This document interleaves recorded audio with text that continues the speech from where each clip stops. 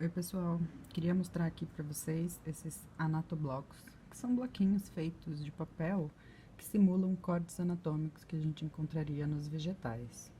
Então aqui, esse primeiro, ele mostra o ápice caulunar. Esse aqui já é bem conhecido da gente, vimos em aula prática. Então a gente tem aqui, ó, os primórdios foliares, a região do promeristema, que vai ser o meristema que vai dar origem aos meristemas primários, que estão aqui representados: protoderme, procâmbio e meristema fundamental. No caule, se a gente for ver na raiz, a gente tem um arranjo aqui diferente, né? Então, o ápice da raiz, ele fica na parte de baixo.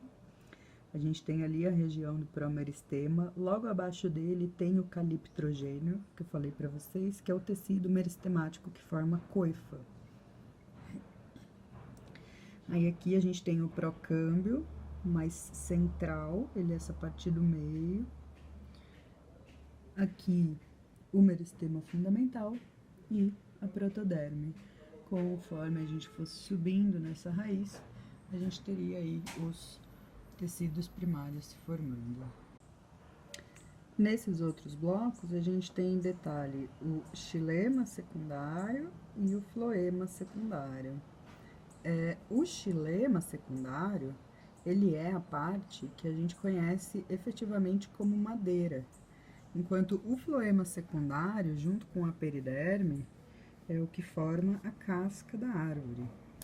Então, esse bloquinho aqui, a gente consegue ver nesse corte, que seria um corte transversal, né? Se a gente pega um caule velho, né, um tronco, e faz um corte transversal, a gente vai ver esses buracos, que vão ser os vasos. A gente vai ver células em dois sentidos, o parênquima axial e o parênquima radial.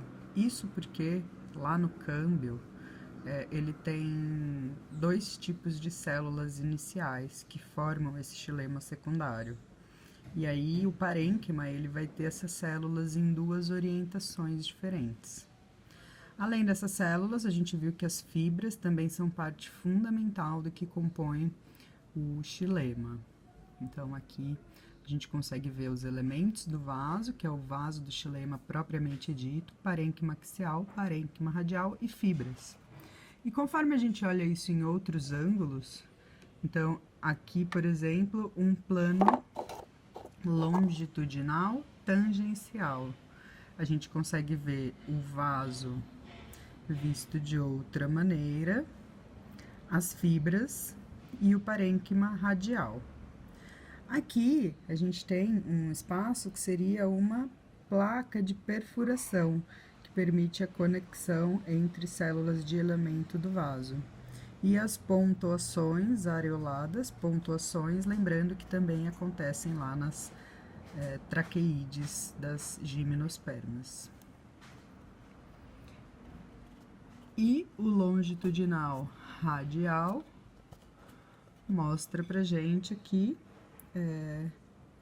o vaso ali, um pedacinho dele sendo visto, as fibras e os parênquimas acabam assumindo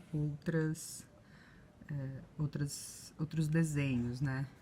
Então, o importante disso, esse bloquinho aqui do xilema secundário, ele é legal porque ele mostra pra gente como que a madeira, dependendo do corte que a gente faz, o que a gente visualiza vai ser totalmente diferente.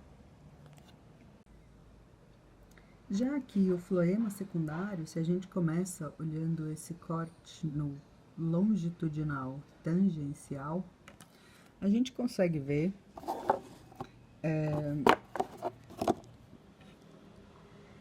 que existem então os elementos de tubo crivado, que são as células de vaso, né, do floema, parênquima radial, parênquima axial e alguns canais laticíferos. Isso por conta da espécie, dependendo da espécie, a gente pode ter esses canais por onde vão ser secretados substâncias produzidas pela planta. Se a gente olha isto num outro ângulo, no plano transversal, a gente consegue ver, além daquelas mesmas células que a gente já viu, então elementos de base, parênquima radial, a gente vê também esclereídes. Esclereídes que são células de tecido fundamental do esclerênquima e que auxiliam aí a dar sustentação em alguns tecidos de floema. Não só, né, em outros locais também, mas também no floema. E no plano longitudinal radial, a gente consegue ver aqui as mesmas estruturas que a gente viu. Aqui é legal que dá pra ver nesse plano melhor aqui no detalhe o elemento do tubo crivado com a placa crivada aparecendo. A placa crivada é a região que conecta duas células do elemento do tubo crivado. Bom, espero que vocês tenham gostado dos bloquinhos. E até semana que vem.